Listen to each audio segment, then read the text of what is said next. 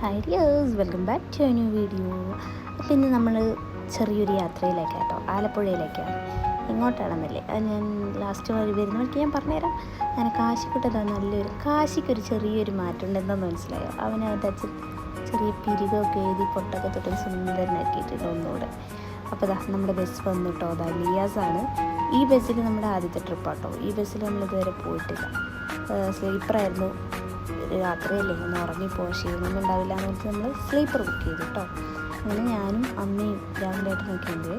അമ്മ കാശിക്ക് ഒരു ചെറിയൊരു ഹോസ്പിറ്റൽ കേസ് വന്നപ്പോൾ ഒരു നേർച്ച ഇട്ടേ കേട്ടോ അവിടെ പോകാമെന്നുള്ളത്. അപ്പം വളരെ ഫേമസ് ആയിട്ടുള്ളൊരു സ്ഥലത്തായിട്ട് ഞാൻ പറഞ്ഞു തരണ്ട അതിനെക്കുറിച്ച്. ശരിക്കും ഞാൻ ലാസ്റ്റ് പറയാതെ അങ്ങനെ ഞാൻ പറഞ്ഞ ആ സ്ഥലത്തേക്ക് എത്തി കേട്ടോ. ശരിക്കും ബസ് കൊണ്ടുപോയി നിർത്തിയതും കറക്റ്റ് അവിടെ തന്നെയായിരുന്നു. കാരണം രാവിലെ ഒരു 5:30 നമ്മളവിടെ എത്തിയപ്പം ഇറങ്ങിയപ്പോൾ കണി തന്നെ നല്ലൊരു കണിയായിരുന്നു കേട്ടോ. മനസ്സിനൊക്കെ ഒരു കുളിർമയായിരുന്നു. എന്താ പറയുക, നോക്കിക്കോ. മനസ്സിലായില്ലേ? കൃപാസനം. നമ്മുടെ ആലപ്പുഴയിലുള്ള കൃപാസനം പള്ളിയിലേക്കായിരുന്നു കേട്ടോ പോയത്. അപ്പോൾ നമ്മളത് അവിടുന്ന് അപ്പം ഒന്നും കയറിയില്ല കേട്ടോ. നമ്മൾ തൊഴാൻ വേണ്ടിയിട്ട് പിന്നീടാട്ടോ തൊഴാൻ പോയാൽ കുളിച്ച് സെറ്റായി ബാഗൊക്കെ എടുത്ത് നമ്മളിതാ പോകുന്നു കേട്ടോ. അങ്ങനെ നമ്മുടെ അവിടുന്ന് ഒരു ജസ്റ്റ് ഒരു 100 മീറ്റർ നടക്കാനുണ്ടായിരുന്നുള്ളൂ നമ്മുടെ റൂമിലേക്ക്. അങ്ങനെ നമ്മൾ പള്ളിയിലേക്ക് എത്തി. നമ്മൾ 5:30 എത്തി, ചെന്നു, കുളിച്ചു. ഒരു 7:30 ആയപ്പോഴത്തേക്കും നമ്മൾ ഇറങ്ങി കേട്ടോ.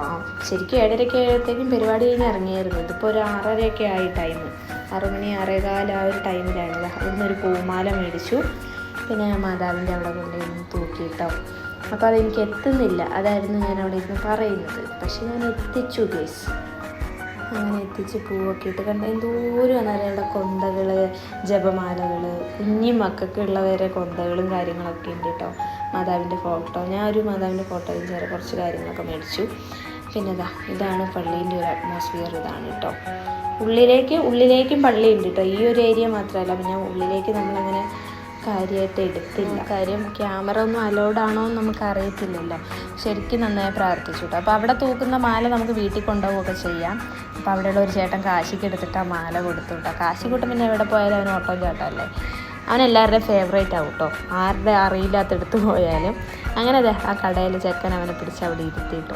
അപ്പോൾ ആ മോനും അവനും കൂടെ അവിടെ ഇരുന്ന് കുറച്ചൊരു സംസാരിച്ച് ഞങ്ങൾ അവിടുന്ന് ബായി പറഞ്ഞ് ബസ്സിൽ കയറി കേട്ടോ. ചെറിയൊരു ചായയൊക്കെ കുടിച്ചായിരുന്നു, അതൊന്നും ഞാൻ കാണിക്കുന്നില്ല.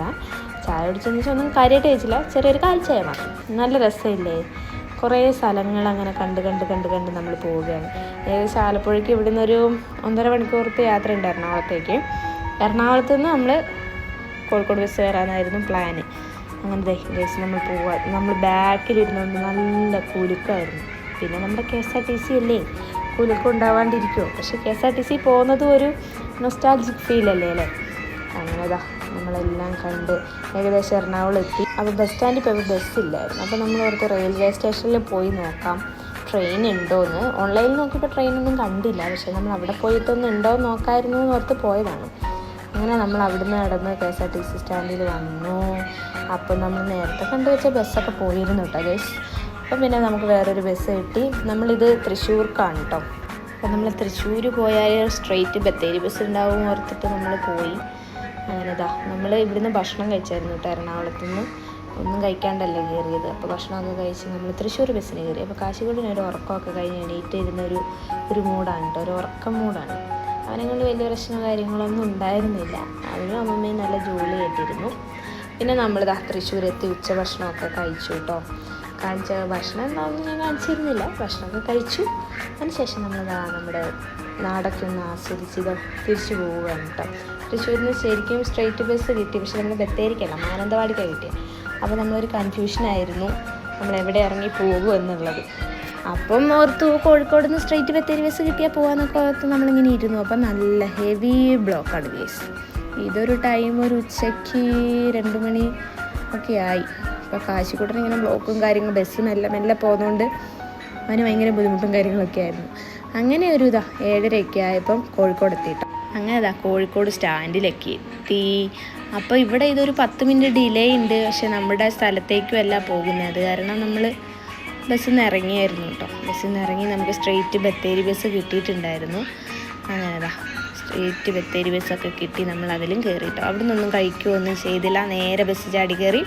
അങ്ങനെ ഫോണൊക്കെ ഓഫായിരുന്നു. അപ്പോൾ അതിൻ്റെ ഇടയ്ക്കുള്ള പുൽപ്പള്ളി എത്തിയതൊന്നും കാണിക്കാൻ പറ്റിയില്ല. അപ്പോൾ തിരിച്ച് വീട്ടിലേക്ക്. Bye from ARS vlog.